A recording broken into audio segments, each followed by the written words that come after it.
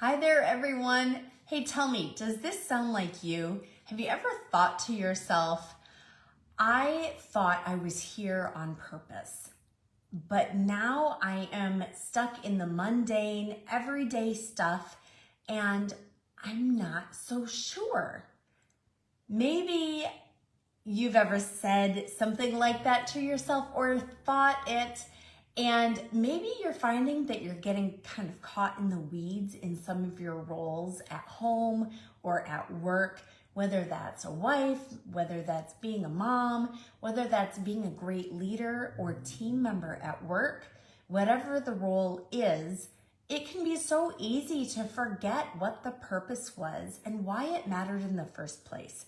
So if you have ever thought that thought or been feeling like that, then listen up, because this live is just for you. I had a friend say that exact thing to me this morning. Well, maybe I might have forgotten a couple of her exact words, but it was very close to that sentiment. And I'm going to tell you what I told her, plus a little bit more now that I've had a chance to think about it a little bit more. And that is 4 steps that you can do to help you thrive in those roles at home and at work. Step 1, ask. And what I mean by ask is take it to prayer.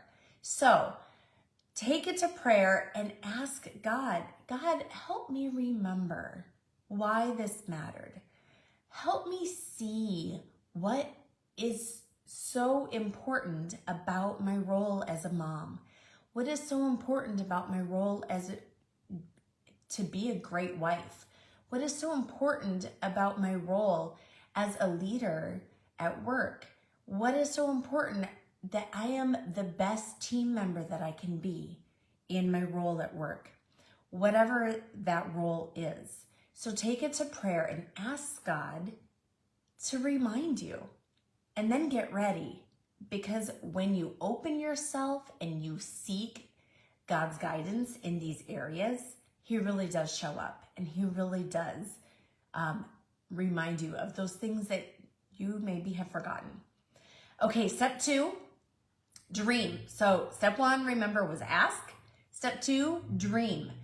And when I say dream, I mean dream big. And that means connecting. Again, connecting to that big why. Why did it matter so much?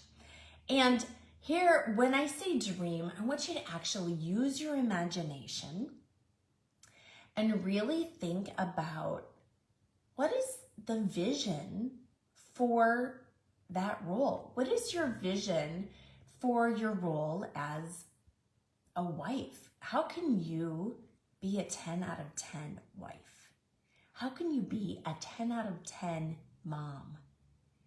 How can you be a 10 out of 10 leader? And a little side note, if you are a person who works for another organization, it's not your own business or your own organization, maybe you work in somebody else's company, maybe you work in a nonprofit, maybe you volunteer on a committee in your community or at your parish, whatever that is, it's so important that you understand what the vision is for that group of people.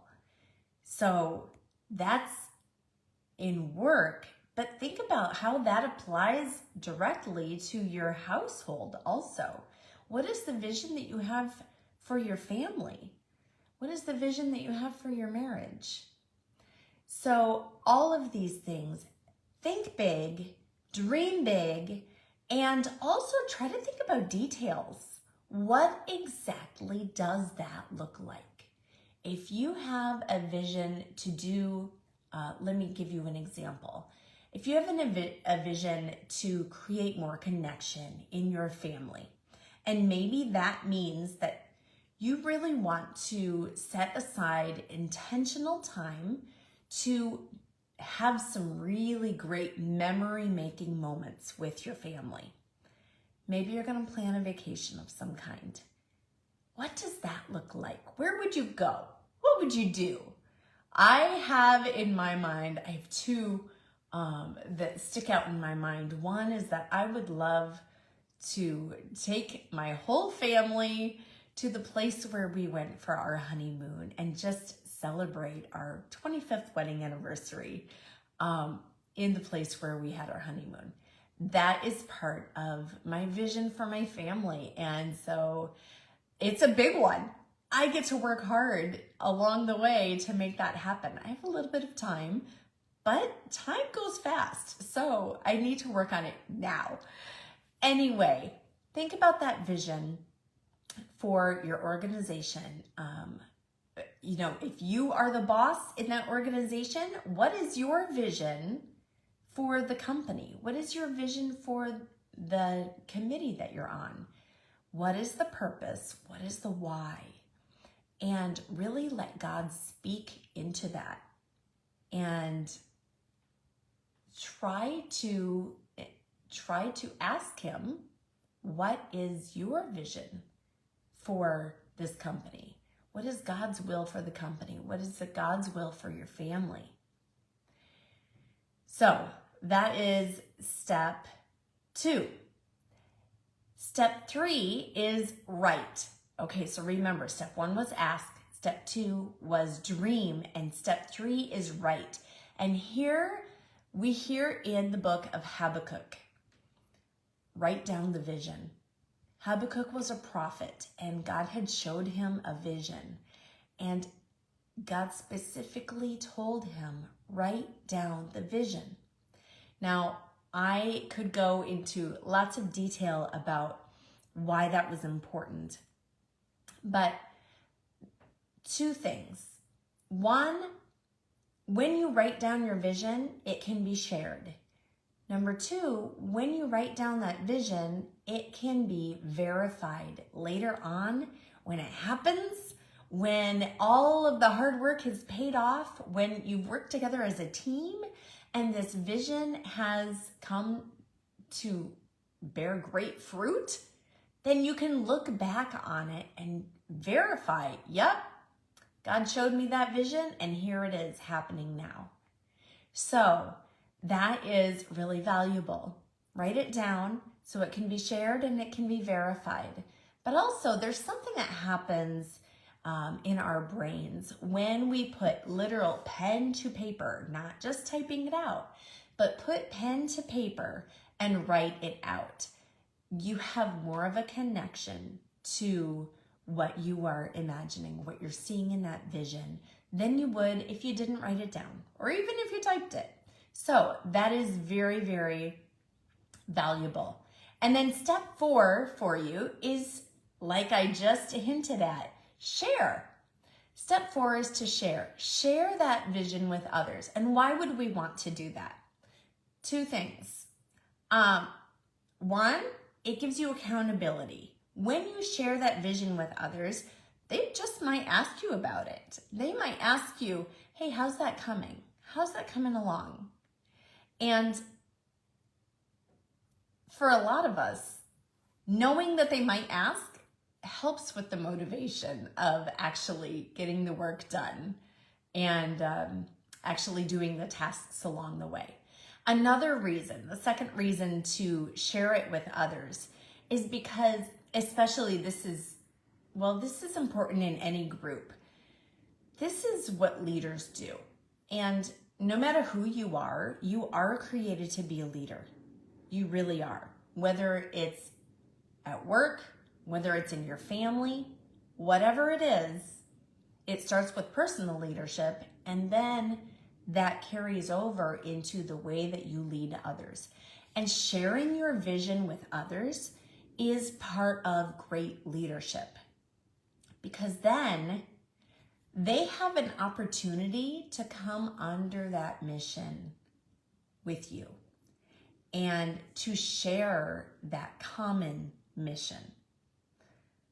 But you get to share it with them, and that is the way that you can enroll them into the mission and into the vision, and it makes a huge difference. So again, those 4 steps were: 1, ask. That means take it to prayer.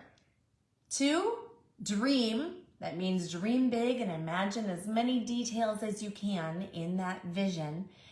Number 3, write down the vision like we hear in the book of Habakkuk. And number 4, share. Share it with others so that you have accountability and also you have others on board with you in creating that vision. Now, here's one more little caveat to that sharing the vision part. Sometimes there will be people in our lives who just don't see it. They don't see the vision in the same way that you do. That's okay. Don't get upset by that, because I once heard someone say, I really want to say it was Trent Shelton. Forgive me if that's wrong.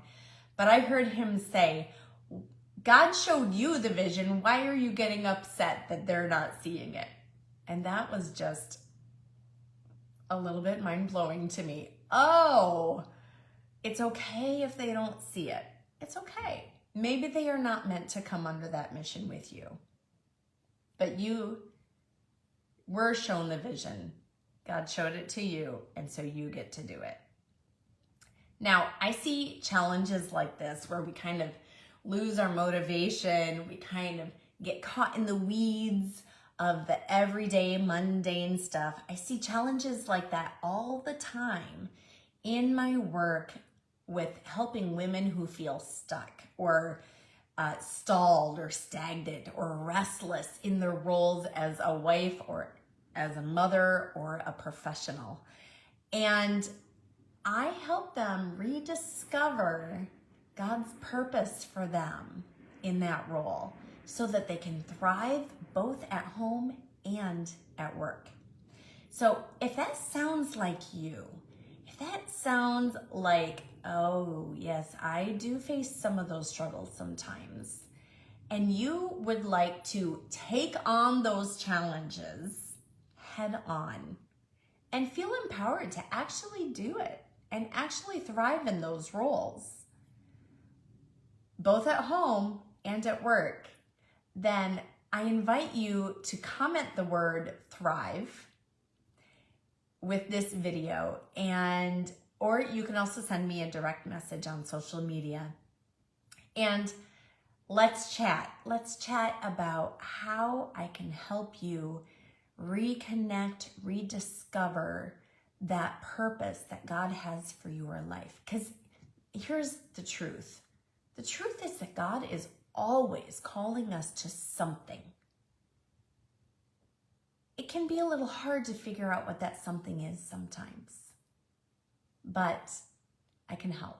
So send the word thrive in the comments or in a DM, and I will talk to you so soon. Thank you for joining me.